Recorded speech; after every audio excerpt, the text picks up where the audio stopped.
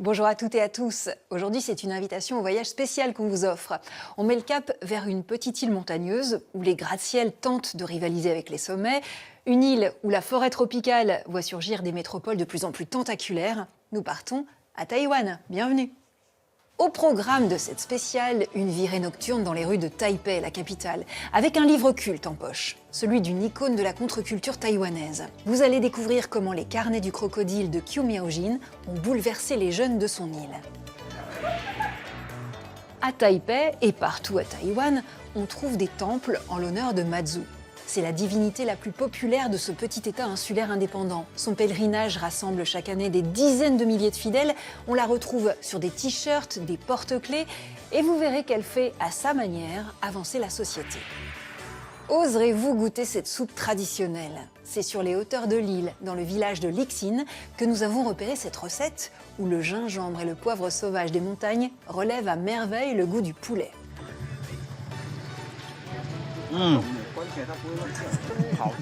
C'est la meilleure partie. Enfin, je vous inviterai à un match de baseball. Les Taïwanais sont fans de ce sport. Un engouement né de manière miraculeuse, ou pour le moins, inattendue. Et comme chaque jour, on démarre par la devinette. Elle concerne un autre dragon asiatique, Hong Kong. Hong Kong est la ville qui compte le plus de gratte-ciel au monde, devant New York et Shanghai. Et dans la juxtaposition de buildings qui donne le vertige, il n'est pas rare de tomber sur des structures originales comme ce bâtiment. À votre avis, à quoi sert le trou en plein milieu de cet immeuble? Sachant que ça n'a rien à voir avec un délire d'architecte. La réponse, ça sera à la fin de cette spéciale. Des épices, du chocolat noir, de la cerise, du gingembre, voilà quelques ingrédients du cocktail que nous allons commander à Taipei pour notre première étape. Une boisson dont le nom rend hommage à un livre qui a libéré la parole dans la capitale, Les carnets du crocodile. C'est notre inspiration du jour, ou en l'occurrence de la nuit.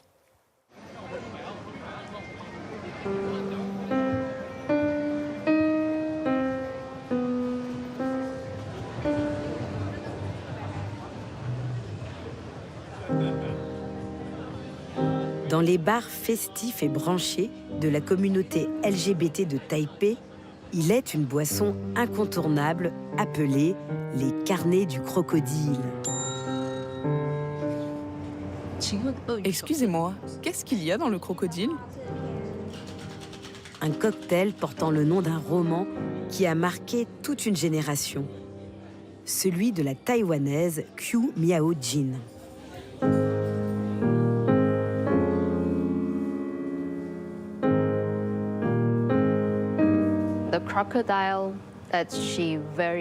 Le crocodile, cette métaphore qu'elle a si joliment utilisée, est devenu un symbole pour toute la communauté LGBT ici.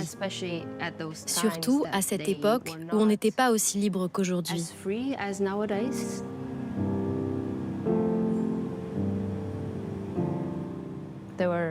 Les homosexuels étaient réprimés, et c'est quand cette communauté en avait tant besoin que Qiu Miaojin lui a donné une voix et aussi de la force. Les carnets du crocodile, ou l'histoire d'une étudiante, Laz.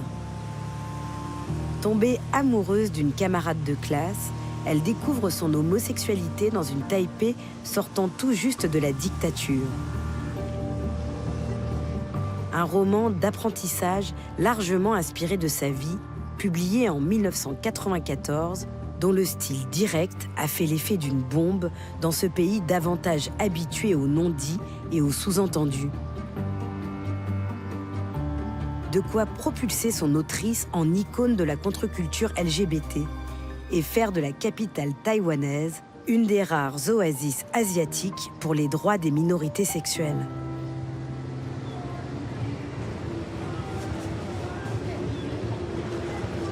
Les carnets du crocodile, c'est d'abord un quartier, celui de Gongguan, dans le centre de Taipei, connu pour ses restaurants et ses établissements d'enseignement supérieur, dont la prestigieuse Université de Taïwan. À la fin des années 80, elle est le fer de lance de la lutte étudiante qui permet la fin de la loi martiale imposée par le Parti nationaliste et le début de la démocratisation. C'est ici que Laz, l'héroïne du roman, vit ses premières histoires d'amour. C'est l'université où étudiait aussi l'autrice, Kyu Miao-jin. Les amis qu'elle fréquentait, les cours qu'elle suivait, tout s'est passé à cet endroit. Dans une société taïwanaise encore figée dans les valeurs confucéennes, les étudiants constituent une communauté d'avant-garde. L'université représentant pour eux une parenthèse, juste après l'école et la famille, avant travail et mariage. L'université me fournissait provisoirement une sorte de profession, ce qui m'épargnait de me sentir écrasée sous le carcan des obligations de l'existence. Il me suffisait de la considérer comme une simple scène de théâtre.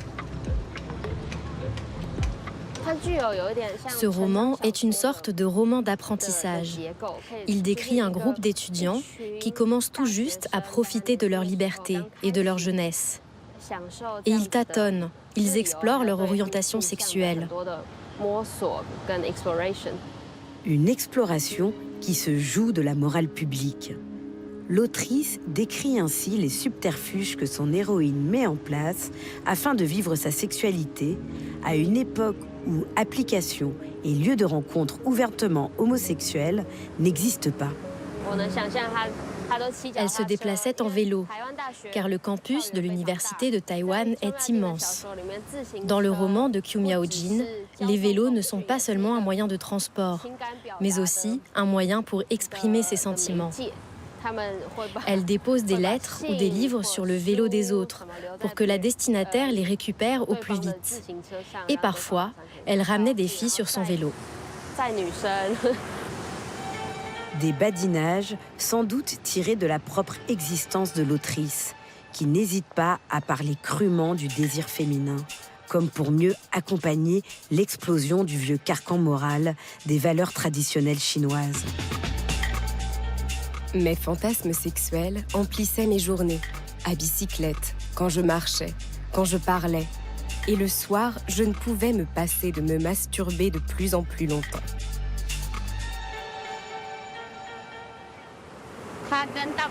Ce qui la différencie des autres filles, c'est qu'elle assume très tôt qu'elle n'aime que des filles. Elle a donc des idées différentes des autres sur le fait de se marier et d'avoir des enfants. Surtout à l'époque, c'était encore une chose très difficile pour de nombreuses femmes, car il existait des attentes familiales et sociales et de nombreux obstacles. Mais une rencontre vient bouleverser la vie de Laz et la faire évoluer du simple désir charnel à la passion dévorante. Pour une jeune femme, Shui Ling, une camarade de son cours de littérature dont elle tombe éperdument amoureuse. Elle est debout devant moi. Une mèche de sa longue chevelure montante lui balaie le front. À l'instant, j'ai le cœur tatoué par cette grâce d'un raffinement nouveau qui me transperce d'une douleur brûlante. La séduction de sa féminité radieuse, d'une amplitude infinie, me terrasse et je tombe inanimée sur le ring.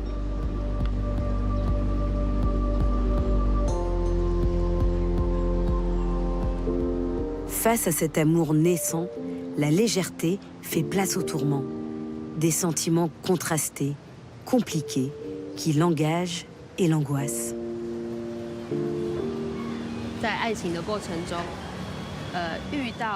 Dans sa vie amoureuse, quand elle rencontre des difficultés et des émotions auxquelles elle n'arrive pas à faire face, elle s'enfuit parfois.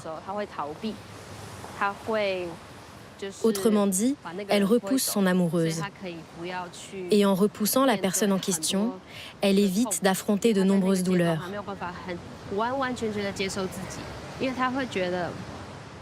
Car à ce stade, elle ne sait pas accepter elle-même telle qu'elle est. Parce qu'elle se déteste lorsqu'elle aime quelqu'un. Elle se trouve même dégoûtante. Elle se voit comme un monstre. Donc d'après moi, c'est comme ça que naît le crocodile. Le crocodile, un animal faisant peur et contraint de se cacher. Une métaphore parfaite pour l'autrice qui, comme son héroïne, trouve dans l'écriture un exutoire. je passais la nuit à écrire mon journal ou à lire. M'absorbais dans Kierkegaard ou Schopenhauer, avide de toutes ces œuvres des âmes gémissantes. Se réfugier dans la littérature. Et quand ça ne suffit plus, sortir la nuit, quand tous les crocodiles sont gris.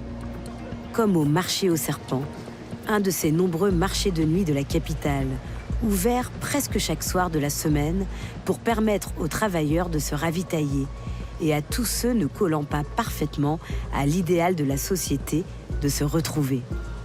Connu pour ses plats à base de reptiles et ses anciens bordels reconvertis en salons de massage, il offre une galerie de personnages et de situations dans lesquelles Laz aime venir s'immerger.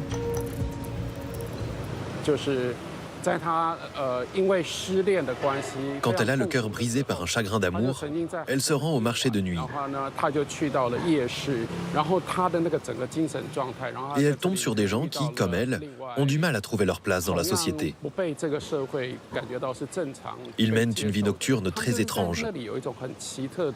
Ils recherchent l'animation du marché de nuit qui crée un contraste douloureux avec leur vie solitaire.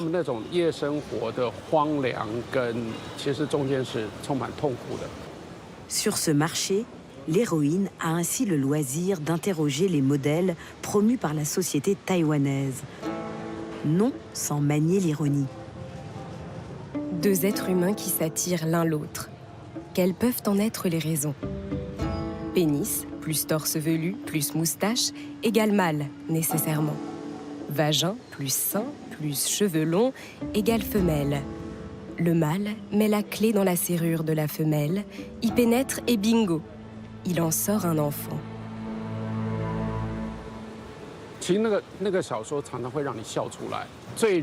En fait, ce roman vous fait souvent éclater de rire.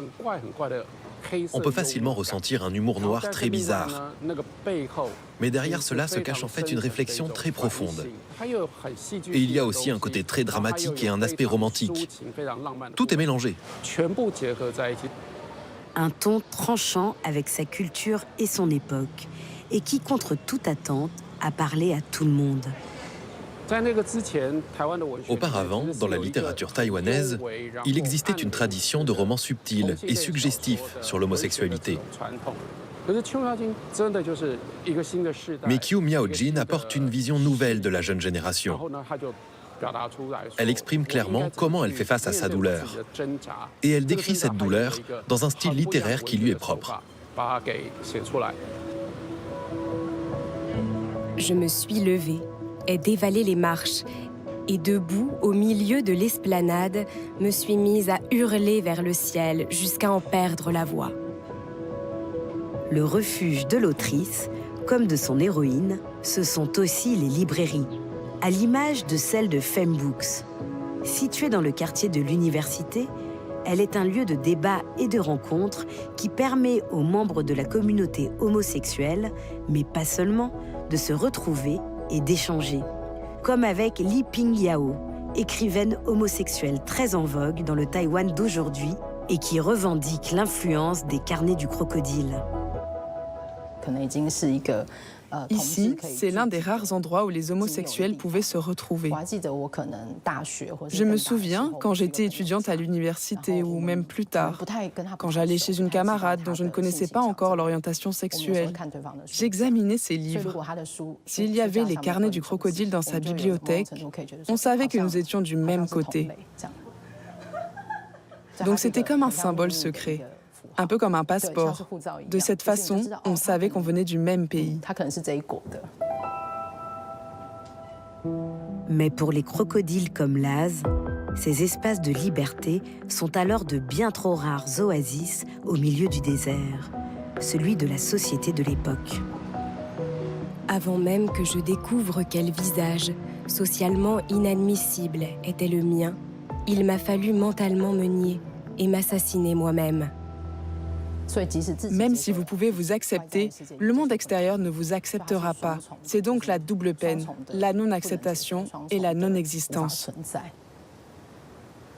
Une existence à laquelle l'autrice met fin à l'âge de 26 ans, à Paris, après avoir tenté de s'arracher à son pays natal.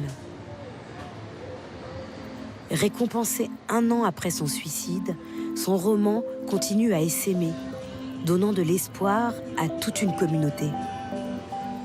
Je ne pense pas que les carnets du crocodile appartiennent au passé. Ils racontent la société d'aujourd'hui. Ils sont toujours d'actualité. Laz, le prénom de l'héroïne du roman, est devenu un mot courant qu'on utilise aujourd'hui pour se désigner dans le monde lesbien. Il fait donc partie de la mémoire collective. Alors, si vous voulez connaître Taïwan à une certaine période, ou bien entendre battre le cœur d'un écrivain, ou même la vie d'une lesbienne à Taïwan, je trouve que Les Carnets du crocodile est le livre parfait. Son existence a été très importante. C'est un jalon dans notre histoire. On parlera de baseball tout à l'heure, mais les Taïwanais sont champions du monde d'un autre sport assez méconnu, le tchoukball. C'est le clin d'œil de Thomas Chauvineau. Les intimes l'appellent Chouk, diminutif de Tchoukball. Et à ce jeu, les champions du monde sont taïwanais. Comme le Brésil a le football, la Nouvelle-Zélande le rugby, Taïwan a le Chouk. Les stats sont clairs, sur les 7 Coupes du Monde organisées, le pays en a remporté 6, en laissant gentiment à la Suisse une victoire. Gentiment car c'est en Suisse que ce sport a été inventé, on va y revenir.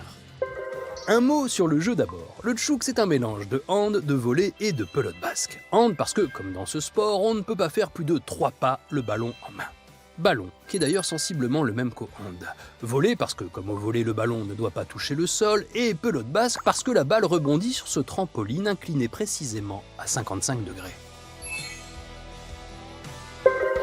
C'est comme ça que vous marquez ou non des points. Si après que vous avez tiré, le ballon tombe au sol, c'est un but. Si jamais il est rattrapé par l'équipe adverse, la partie continue, aucun point n'est marqué. À la différence de la plupart des sports collectifs, le tchoukball se joue sans contact, ce qui permet de créer plus facilement des équipes mixtes et d'éviter bon nombre de blessures. Personne ne tacle, sèche, bloque ou percute, personne ne peut donc jouer la grande scène de l'acte 2 de la simulation. Autant le dire, Neymar ne pourra jamais être un bon joueur de tchoukball. D'autant plus que le bon déroulement du match repose sur la bonne foi des joueurs puisque ces derniers font aussi office de co-arbitres. Le tchoukball a été inventé par un médecin suisse dans les années 1960. Pour Hermann Brandt, le sport ne devait pas se transformer en fabrique à champions, mais contribuer, je le cite, à l'édification d'une société humaine valable. Une belle approche qu'il avait théorisée dans un livre appelé Tchoukball, le sport de demain. Disons que demain, c'est loin. Notre prochaine étape devrait plutôt bien se passer sous le regard protecteur d'une femme pas vraiment comme les autres, la déesse Matsu, c'est l'héritage.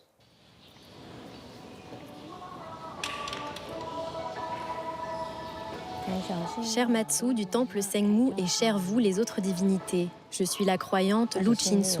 Je vous prie de bien vouloir protéger la santé de toute ma famille, de faire que mes enfants grandissent sans rencontrer de problèmes et qu'ils aient de bonnes notes à l'école. Avant, je n'aimais pas prier. Je ne mettais même pas un pied dans un temple. Mais un jour, mon mari a eu un accident très grave. Sa voiture a été entièrement détruite et il en est ressorti indemne. Pendant que sa voiture faisait plusieurs tonneaux, il a senti une lumière blanche l'envelopper. Après l'accident, nous sommes retournés voir la carcasse de la voiture. Suspendue au rétroviseur, juste à la hauteur des yeux, il y avait toujours le talisman de Matsu. Donc, nous pensons que c'est Matsu qui l'a sauvée. Depuis, nous croyons beaucoup en elle.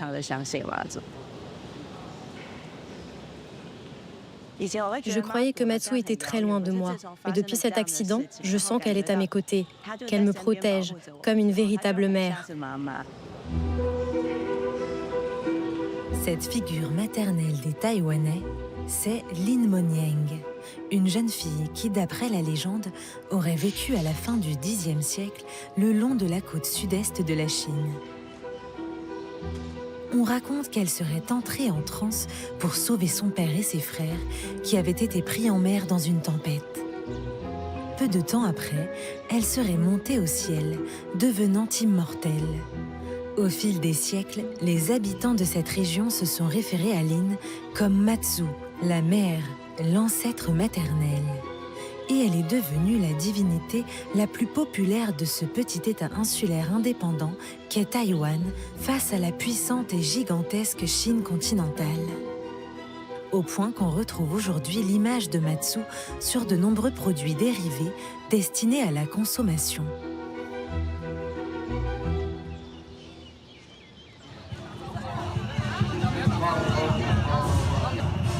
Chaque année, pour lui rendre hommage, plusieurs centaines de milliers de Taïwanaises et de Taïwanais participent au grand pèlerinage dédié à la déesse Matsu qui dure environ 10 jours. Le parcours est long, plus de 300 km à travers l'île, et témoigne d'une intense piété.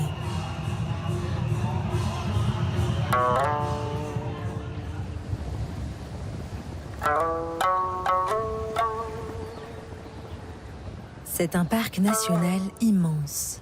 Taichung, 50 km² de terre littorale, 340 km² de mer au nord du port d'Anping.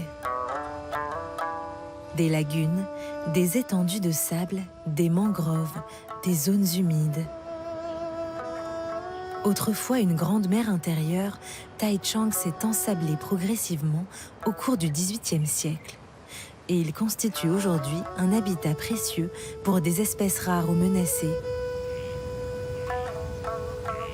Durant des siècles, les Chinois du continent étaient menacés par la famine et la pauvreté.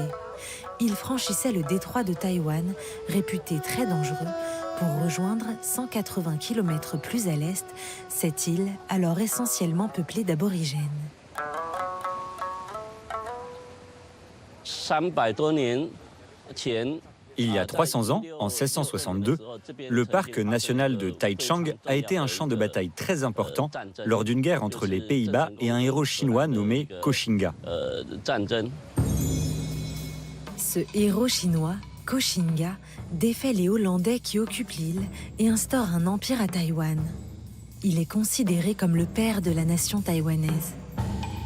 Et dans la foulée de sa victoire, de nombreux immigrants en provenance de la Chine continentale s'installent sur l'île.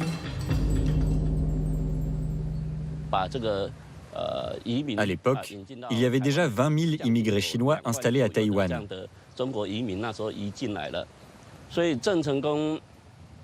Et après la victoire de Koxinga contre les Hollandais, plus de 25 000 immigrants chinois supplémentaires sont arrivés ici pour le suivre.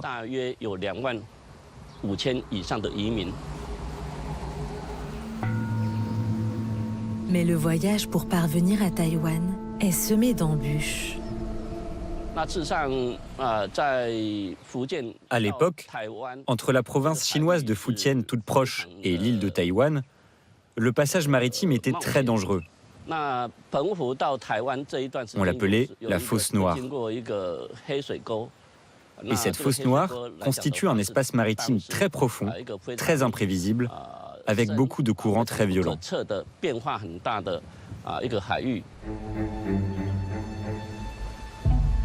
Ces migrants chinois croient en une religion populaire qui emprunte au bouddhisme et au taoïsme avec de nombreuses divinités. Et pour se prémunir de ces dangers, confient leur destin à la déesse Matsu.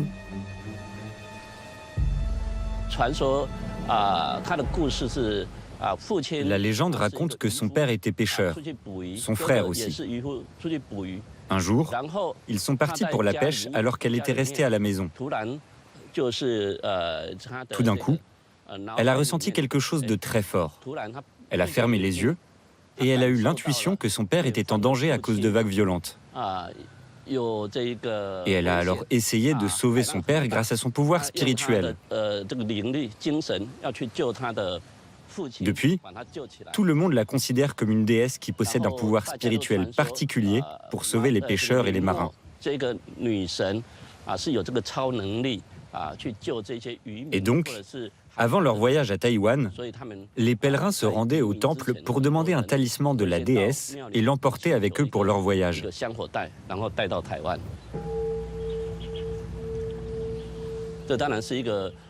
Par le passé, pendant la guerre ou face au danger, les gens ont toujours senti que Matsu leur donnait de la force pour pouvoir affronter les épreuves. Et ceux qui parviennent à atteindre Taïwan sains et saufs font construire des temples en son honneur pour la remercier de les avoir protégés. Tainan, capitale historique de Taïwan, dans le sud-ouest de l'île, est la plus ancienne ville du pays. Elle a connu plusieurs périodes de domination étrangère, hollandaise, japonaise ou chinoise, et s'est développée en empruntant des éléments de ces cultures, comme leur cuisine ou leur architecture. Dans les faubourgs de cette ville, l'un des plus anciens temples, construit au milieu du XVIIe siècle, le temple Shangmu, se revendique comme le premier en l'honneur de Matsu. Il a été reconstruit 3 fois et arbore fièrement à l'entrée les statues des 2 assistants de la déesse qui veillent sur elle, Shunfanger, les oreilles qui entendent les sons amenés par le vent, et Tianliyen, les yeux qui voient à 1000 lieues.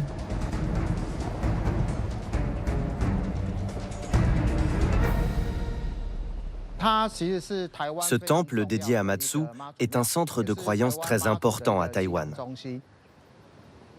À l'arrivée du héros chinois Koxinga, les immigrants ont d'abord construit un temple très modeste.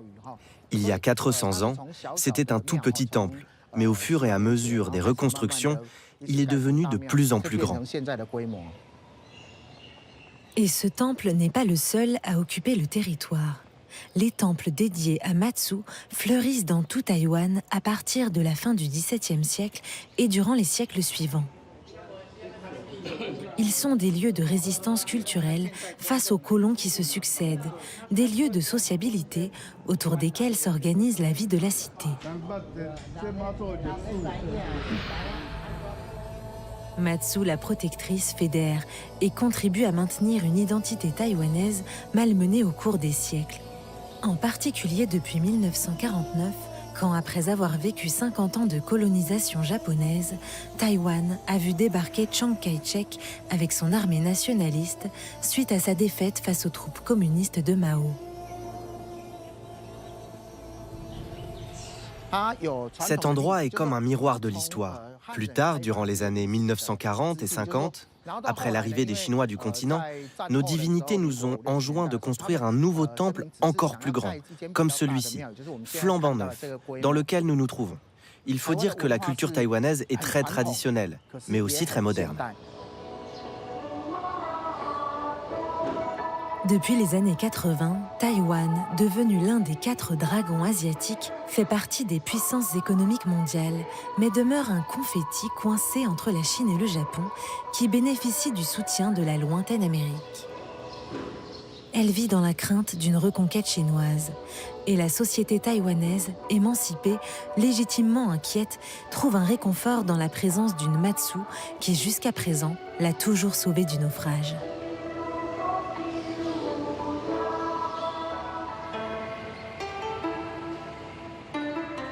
300 km plus au nord apparaît Taipei, l'ultra-moderne capitale taïwanaise où l'on voue un culte immodéré à la réussite sociale et matérielle. Sa particularité, ce sont ses temples disséminés partout, dont beaucoup sont destinés au culte de Matsu. Dans ces temples se constituent des clans de notables qui soutiennent des partis politiques et s'opposent entre eux. Récemment, le patron taïwanais de Foxconn, Terry Gou, qui pèse 7 milliards d'euros, a affirmé en sortant d'un temple que Matsu lui avait conseillé de se présenter aux élections présidentielles. Puis, il a annoncé vouloir suivre ses instructions et est devenu le candidat du parti nationaliste, le Kuomintang, tandis que d'autres temples soutiennent au contraire le parti démocrate progressiste, l'opposant historique. Et la déesse Matsu est sur tous les fronts, y compris dans un autre combat politique, celui des communautés LGBT taïwanaises qui se placent sous sa protection, car Matsu n'aurait eu ni mari ni descendance.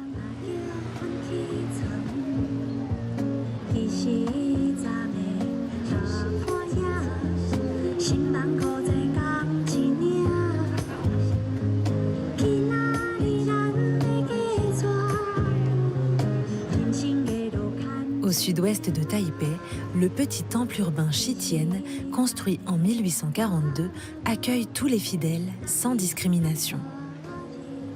Je pense que s'il y a beaucoup de jeunes qui s'intéressent aujourd'hui à Matsu, c'est notamment parce que les jeunes Taïwanais sont en train de redécouvrir leur culture. Donc cela concerne aussi la croyance et la religion. En tant que femme lesbienne, j'ai le sentiment qu'une religion ne peut m'intéresser et me donner envie d'y croire que si elle m'accepte telle que je suis. Je pense que la croyance en Matsu aide les lesbiennes à être acceptées par la société. Ce que je ressens, c'est sa bienveillance. Si je suis allée vers elle, c'est parce que j'ai rencontré des problèmes que je considérais comme insolubles en tant qu'être humain. Et je pense que l'importance de Matsu pour la communauté gay de Taïwan est due à son sens de la tolérance. Autrement dit, son amour s'étend à toutes les personnes, garçons, filles, âgés ou jeunes, gays ou hétéros. Elle ne fait pas de différence et elle ne donne pas de règles sur ce que l'on doit faire ou pas pour devenir croyant. Être profondément croyant, c'est aussi renforcer la solidarité du peuple taïwanais. Et la solidarité est une bonne défense contre les aléas de la vie. Que l'on y croit ou pas, la force de la déesse Matsu a bel et bien jusqu'à présent protégé la liberté de Taïwan. C'est le premier pays asiatique à avoir autorisé le mariage gay en 2019. De nos jours, menacée par l'immense Chine continentale, 60 fois plus peuplée et 300 fois plus grande, Taïwan a plus que jamais besoin de sa divinité préférée. On a rendez-vous à plus de 1500 mètres d'altitude pour la suite de cette spéciale Taïwan. On a rendez-vous avec les Atayal, une communauté autochtone qui vit dans la montagne et qui sait profiter de tout ce que la nature lui offre pour se nourrir. Alors préparez-vous à réveiller vos papilles grâce à notre cuisinière du bout du monde. Elle s'appelle Tapas ou Miss.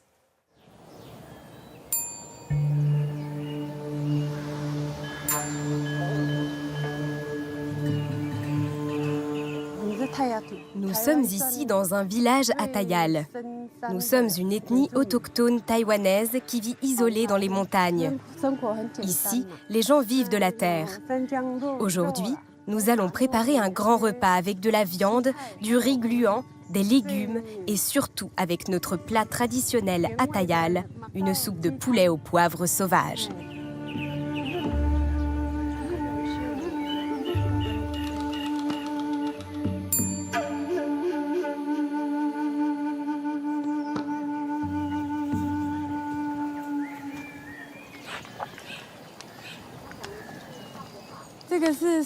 Voici notre fameux poivre sauvage des montagnes. C'est celui qu'on utilise pour parfumer la soupe.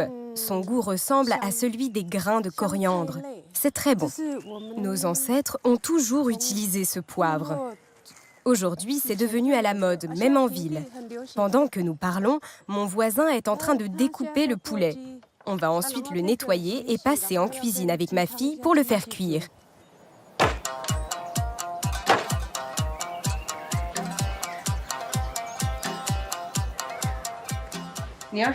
Tu veux faire quoi en premier? J'ai besoin que tu me coupes de l'ail, on en manque. Nous allons commencer notre recette en plongeant tout le poulet dans l'eau bouillante. Et attention, on utilise toutes les parties du poulet, sauf les intestins. Les pattes, la tête, tout y passe. Et on va tout manger. Voilà, tout est dans la casserole.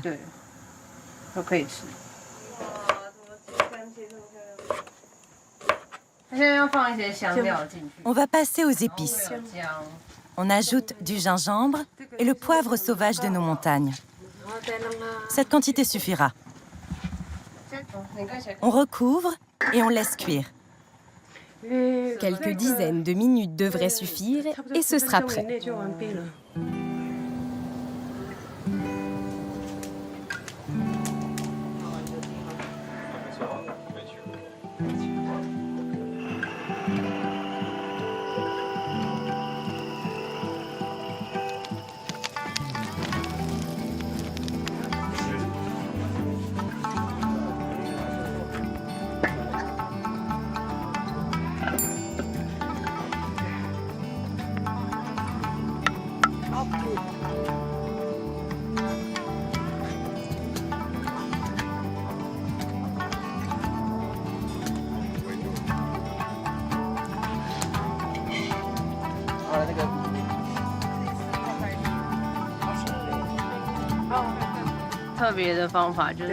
Il n'y a pas de rituel particulier pour le repas.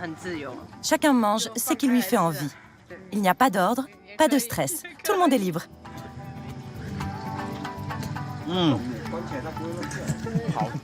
C'est la meilleure partie. Vous m'en avez gardé un peu quand même.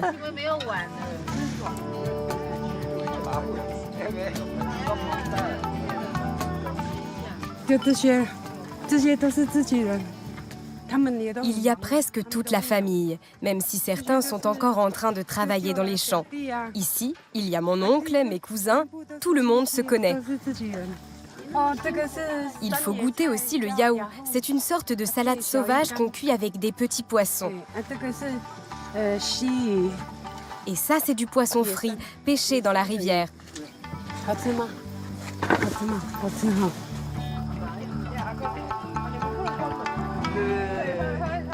Dis-moi, tu aimes ça? C'est très bon. Ici, on mange des choses très simples. C'est comme ça. Allez, mange, mange.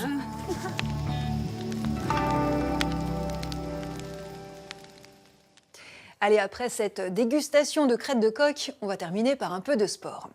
Si vous n'avez pas été convaincu tout à l'heure par le chukball, eh bien je vous propose du baseball avec une équipe sur laquelle vous n'auriez sans doute pas misé un nouveau dollar taïwanais. Sauf qu'à la surprise générale, eh ben, elle est entrée dans la légende. C'est l'histoire inattendue. Petite île tiraillée entre les deux géants chinois et japonais, Taïwan a connu de nombreuses occupations et colonisations. L'une des plus longues débute en 1895, quand la première guerre sino-japonaise touche à sa fin. Perdante, la Chine cède au Japon certains de ses territoires, dont l'île de Formose, actuelle Taïwan. Les Japonais y resteront 50 ans. Avec l'arrivée de ces colonisateurs, une nouvelle discipline, très populaire dans leur pays, fait ses premiers pas à Taïwan, le baseball. Il va s'enraciner progressivement et provoquer en 1931 un petit miracle pour une équipe taïwanaise. Chen Shu-yuan est spécialiste de l'histoire du baseball taïwanais et professeur à l'université nationale Cheng Kung de Tainan, construite par les Japonais au début du XXe siècle. Au début, seuls les occupants japonais pouvaient jouer au baseball à Taïwan. Mais à partir des années 1920, on a commencé à promouvoir le baseball dans des écoles primaires, c'est-à-dire dès l'enfance. C'est un baseball à la sauce nippone que les Japonais apportent avec eux à Taïwan. Un sport qu'ils ont importé des États-Unis dès les années 1870. En fait, au tout début, le développement du baseball au Japon n'a pas été facile. Mais il s'est produit quelque chose d'intéressant. C'est que les promoteurs de baseball ont commencé à fusionner le baseball avec le code moral du Bushido. En fait, c'est la raison principale pour laquelle le baseball japonais est différent du baseball américain. C'est parce qu'ils considèrent la batte de baseball comme le sabre d'un samouraï. Il faut en prendre soin, la respecter et aussi privilégier un fort esprit d'équipe, contrairement à l'esprit très individualiste du baseball américain. Dès 1915, la première fédération taïwanaise de baseball est créée. Petit à petit, le sport conquiert toute l'île. Des championnats s'organisent, des équipes se distinguent et triomphent parmi toute la population. Mais l'objectif des Japonais est d'intégrer Taïwan à l'Empire nippon et d'en faire une province japonaise. C'est la raison pour laquelle ils intègrent Taïwan au Koshien, qui est le tournoi national japonais de baseball. Et les premières années de la création du tournoi, c'est toujours l'équipe de Taipei, la principale ville qui représente la province taïwanaise. Et cette équipe est majoritairement composée de Japonais qui vivent à Taïwan. Mais en 1931, les Kano, qui viennent du sud du pays, non loin de la ville de Tainan, et dont l'équipe est composée de Taïwanais d'origine chinoise, de Japonais et de Taïwanais d'origine aborigène, vont faire sensation.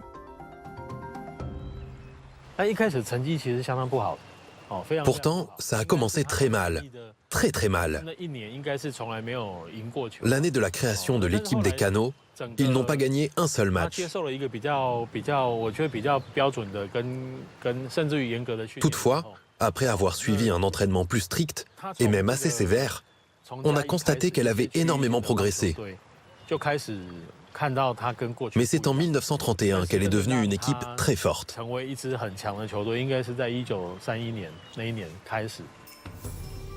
Tellement forte qu'elle bat toutes les équipes de l'île et gagne l'honneur de représenter Taïwan au Japon pour affronter les équipes japonaises.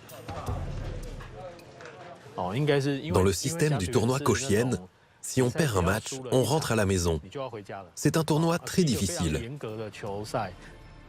Et les matchs commencent sous les regards des spectateurs japonais curieux de voir jouer cette équipe taïwanaise de seconde catégorie. Le premier match, ils l'ont joué contre l'équipe de Kanagawa. Et les Canots ont gagné, mais de très peu, avec seulement 3 points d'avance. Et là, c'est la surprise. On se dit qu'ils ont eu de la chance. Lors du deuxième match, les Canots jouent contre l'équipe de Sapporo, en provenance d'Hokkaido. Et là, les Canots gagnent encore, et largement, avec un score sans appel. C'est une révélation. Les spectateurs commencent à s'intéresser vraiment à eux, non seulement sur place au Japon, mais aussi à Taïwan. Au troisième tour, ils jouent contre l'équipe de Kokura. Les gens sont très curieux de savoir si les Canots pouvaient continuer à gagner. Et ils n'ont pas fini d'être étonnés. Au final, les Canots remportent leur match contre Kokura. Et après avoir remporté 3 matchs d'affilée, ils étaient prêts à aller en finale. Les Japonais et les Taïwanais retiennent leur souffle. La finale se déroule contre l'équipe de Chukyo de Nagoya. Et les Canots perdent, mais contre une équipe qui deviendra légendaire. Le conte de fées prend fin et les Canots rentrent à Taïwan. Mais ils sont parvenus à montrer à tout l'Empire qu'une équipe multiethnique pouvait jouer aussi bien que celle entièrement composée de Japonais. Le baseball leur a permis de se sentir à la hauteur des Japonais. Même si ce fut la première et la dernière équipe taïwanaise à se hisser à une telle place de la compétition. Après le départ des Japonais en 1945, cette histoire tombe dans l'oubli. En fait, dans l'après-guerre, on ne parlait plus de l'histoire des Canots, car c'est une histoire de l'époque japonaise. Une époque occultée par le régime nationaliste chinois de Chiang Kai-shek qui instaure la loi martiale jusqu'en 1987. C'est au moment où l'île redécouvre son identité taïwanaise, au début des années 90, que l'histoire ressurgit et fera même l'objet d'un film. Et en 1992, lors des Jeux Olympiques de Barcelone, Taïwan vole la médaille d'argent au Japon, un pied de nez à la victoire manquée des Canots 60 ans auparavant. À qui vais-je remettre la médaille d'or de la devinette? En début d'émission, je vous ai montré un étrange immeuble à Hong Kong avec un trou tout aussi étrange dans sa façade. Avez-vous trouvé à quoi sert cet espace vide? Eh bien, c'est pour laisser passer le dragon. C'est très sérieux. À Hong Kong, on pose chaque pierre, chaque fenêtre en respectant scrupuleusement les préceptes du Feng Shui. En l'occurrence, ce trou permet de faire circuler les flux et d'écarter le mauvais œil. Ces règles sont censées apporter la richesse et la prospérité. En tout cas, si vous voulez vous aussi des astuces pour faire fortune ou tout simplement pour vous sentir bien, on m'a dit que regarder Invitation Voyage chaque jour, ça portait bonheur. Alors je vous dis à lundi et 8 au Jen, comme on dit à Taïwan.